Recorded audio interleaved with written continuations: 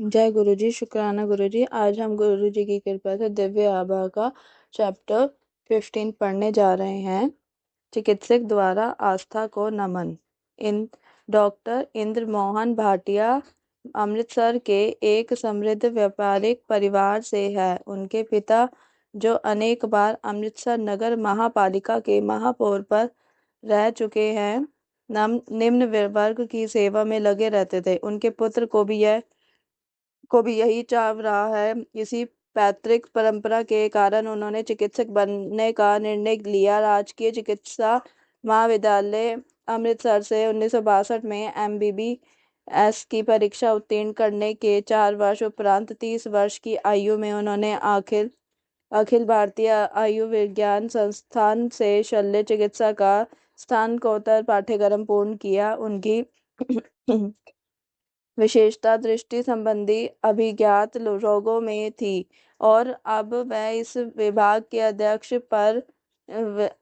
पद पर कार्यरत हैं। स्वाभाविक है कि चिकित्सक ने अपने व्यवसाय से संबंधित विज्ञान को गहराई से अपनाया है। आधुनिक युग के इस ज्ञान की पद्धतियों में उनकी अटूट आस्था रही है। 2002 में कुछ ऐसा घटना हुई जिसने उनके समस्त ज्ञान को पूरी तरह से झंझोर कर रख दिया। वह अपनी पुत्र वधू के साथ गुरु जी के दर्शन के लिए आए। उन्हीं के शब्दों में, उस अवसर के अनुभव हम पूरी तरह से अपरिचित थे। उनको सबको चाय बांटी गई, मैंने उसे ग्रहण कर लिया, किंतु मेरी बहू ने उसे अस्वीकार दिया। गुरुजी ने यह देखकर उसे कहा कि यह चाय नहीं अपितु उसकी औषधि है, उसे पुत्रोक्ति होगी, जिसके कारण वह उसके पास आई थी। मेरी बहू के विवाह को 4 वर्ष हो गए थे और उस सर्वोत्तम चिकित्सकों ने बता दिया था कि उसका गर्भवती होना संभव नहीं तो अत्यंत कठिन है। इससे वह अति व्याकुल थी। हम अचंभित रह गए, क्योंकि इसके बारे में संगत में किसी को ज्ञान नहीं था। 1 मास के बाद वह गर्भवती हुई और उसने एक प्यारे से पुत्र को जन्म दिया। मेरे समस्त चिकित्सक मित्र, जिनको उसकी समस्या का पता था, आश्चर्यचकित रह गए। चिकित्सक की विज्ञान के समस्त नियमों पर बनी हुई आस्था डगमगा गई। वह कहते हैं कि गुरुजी के इस संदर्भ को वह समझ पाने या उसका विश्लेषण करने में असमर्थ थे। अभी वह इसकी वैज्ञानिक विवेचना में ही लगे थे जब गुरुजी की एक अन्य अनुनय हुई। उनकी बहू की 70 वर्षीय दादी, जो मधुमेह की रोगी थी, पीठ दर्द से पीड़ित हो गई थी और उनकी टांगों के निचले भाग में पक्षाघात होने लगा। वह सरलता से चल फिर नहीं पा रही थी। उनकी संस्था के स्नायु चिकित्सकों ने परीक्षण किए और पूर्ण लकवे से बचाने के लिए शल्य क्रिया का परामर्श दिया। जब मैं उन्हें गुरुजी के पास लाया, उनकी शल्य क्रिया की तिथि निश्चित हो चुकी थी।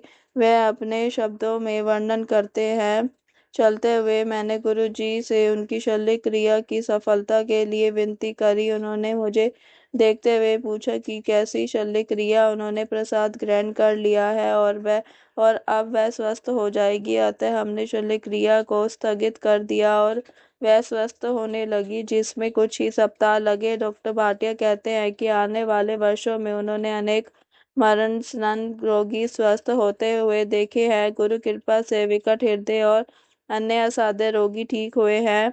गुरु जी को बताए बिना भी चमत्कार हुए हैं। डॉक्टर भाटिया का विश्वास है कि गुरु जी की कृपा का पात्र बनने के लिए पूर्ण आस्था, धैर्य और समर्पण करने की क्षमता होना आवश्यक है। उनके व्यक्तित्व का पूर्ण परिवर्तन गुरु जी का उनको सबसे बड़ा उपहार रहा है। मेरे जीवन में अब पूर्ण शांति है। डॉक्टर भाटिया कहते हैं, उन्होंने मुझे ईश्वर के अस्तित्व में पूर्ण विश्वास और शरण दी है। जय गुरु जी, शुक्राना गुरु जी। इसी के साथ आज का ये चैप्टर भी समाप्त होता है। कल हम दिव्य आभा में पढ़ेंगे ईश्वर दूत। जय गुरु जी, शुक्राना गुरु जी। अगर मेरी वॉइस में किसी को अच्छा लगे तो चैनल को शेयर करें, लाइक करें और सब्सक्राइब करना ना भूलें। जय गुरु जी, शुक्राना गुरु जी। ओम नमः शिवाय। शिव जी सदा सहाय। ओम नमः शिवाय। गुरु जी सदा सहाय।